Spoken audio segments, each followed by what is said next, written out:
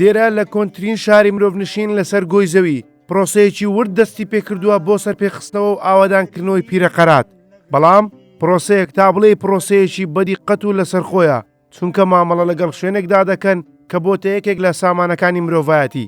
ئێرە یەکێک لە گەڕەکانی سەر قەڵای هەولێرە بۆ ئەوەی نۆژەم بکرێتەوە لە ئێستادا ئامادەکاریان کردو و دەستیان بە پاکردنەوەی ئەم کۆڵانە کردووە. جا لێرە خانووەکان بە شێوازێک داڕماون، بە شێوازێک چوونەتە ناویەک، دەبێت ئەمانە بە میکانیزمێک لەسەر شێوازی خۆیان دروست بکرێنەوە دووبارە نۆژەم بکرێنەوە. موقعی ئەثەری پێویستی بە لەسەرخۆ کارکردن هەیە، تۆ ناتوانانی وەکو گەڕێکێکی تر بلۆک بێنی و داینی و سەپەی بکەوتەوە. ئەوە تۆ دروستکردنی چاکردنەوەی دیوارێک و نۆژەنکردنەوەی خانووێک پێویستی بە وەختێکی زۆر هەیە، لەبەر ئەوەی تۆ دەبێ هەموو ئەو ماوەدانە بەکاربێنی کە بە پێی ستانداردی عالەمی لە نۆژەنکردنەوە بەکاردێن. تۆ ناتوانانی بۆ نمونە ئێستا ئێمە بۆ هەر خانووێک جۆرە مونەیەک هەیە لە کەربەلای دەبی بین بۆ ئەوەی خانووەکان لە ناو قەڵای هەولێر پێت سیانە بکەنەوە، نەک ئەوەی بچین گەچێک بینیان ماوەدێکی تر بینی لە شوێنێکی تر، چکەوە ستاندارد نییە. ساڵی 2014 ڕێکخراوی یونسکۆ قەڵای هەولێری خستە ناو لیستی میراتی جیهانیەوە. لە کوردستان ئەمە تاکە شوێنە لەو لیستەدایە و لەسەر ئاستی عێراقیش 5 شوێنی دیکە هەن کە ناویان چۆتە ناو ئەم لیستەوە. ئەوانیش بریتین لە شاری حەزر و قەڵای شرقاتی ئاشووری و شاری سامەڕای کەلەپوری هۆرەکان و بابل. بێگومان ینی ئەگەر تۆ سەیری جوانی قەڵای هەولێر بکەی لە خانووەکانیان تەماشا بکەی، هەموو خانوێک لە هەرسێ گەڕەکە تیرازی معماریان لێک جیاوازە. بۆ نمونە خانوێک بە قەبارەیەکی بچووک، خانوێک بە قەبارەیەکی گەورە دروست کراوە لە تەنش شێکتری.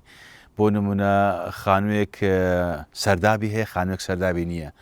بۆ نمونە ئەو زەغارەفانەی کە لەسەر خانەوەکان دروست کراون بە هەمان شێواز جیاوازن لەگەڵ خانوێکی تر. ڕۆژی 14 ئۆکتۆبەری ساڵی ڕابردوو لە پاریسی پایتەختی فەڕەنسا یونسکۆ و حکوومەتی هەرێم و کۆمپانیای کارکۆ بوونەوە. شێخباز بەرزنجی بۆ ماوەی 4 ساڵ پاڵپشتی دارایی پرۆژەکەی یونسکۆی گرتە ئەستۆ بۆ نۆژەنکردنەوەی قەڵا.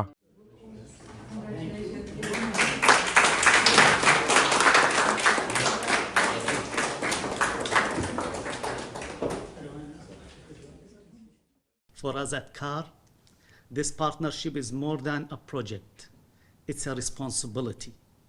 A responsibility to our heritage, to our people, and to future generations. فەڕەنسیەکان بە گەرموگوڕی چاودێری پرۆسەی نۆژەنکردنەوەی قەڵا دەکەن و پێیان خۆشە زوو تەواو بێت. لە ئێستاشەوە بڕیاریان داوە ببنە میوانی هەمیشەی قەڵا. لەگەڵەوەی هەولێر و پاریس بوونە دەستە خوشک، بڕیاردرا لەگەڵ نۆژەنکردنەوەی قەڵای هەولێر خانووێکیش لەسەر قەڵای هەولێر بدرێت بە شارەوانی پاریس. ئەمە و خانوویە کەوا بڕیارە لە دوای نۆژەنکردنەوە ڕادستی شارەوانی پاریس بکرێت. قەڵای هەولێر لە 506 ماڵ پێک هاتووە و ڕوبەرەکەی 110,000 مەتر دووجایە. جگە لە خانووەکان ناوەندێکی توێژینەوە و چایخانە و هۆتێلێکی کەلتوری لێ دەکرێتەوە. پلانمان وایە کە پاش ئەوەی کە نۆژەنگ دەکەینەوە دەست بە بژانەوەی دەکەین، بژانەوە کەش دروستکردنی چەند کافەیەک و دروستکردنی فندقێکە و دروستکردنی ڕێستۆرانتە و لە بەرنامەی حکوومەتیشدا هەیە کە 50 خانوو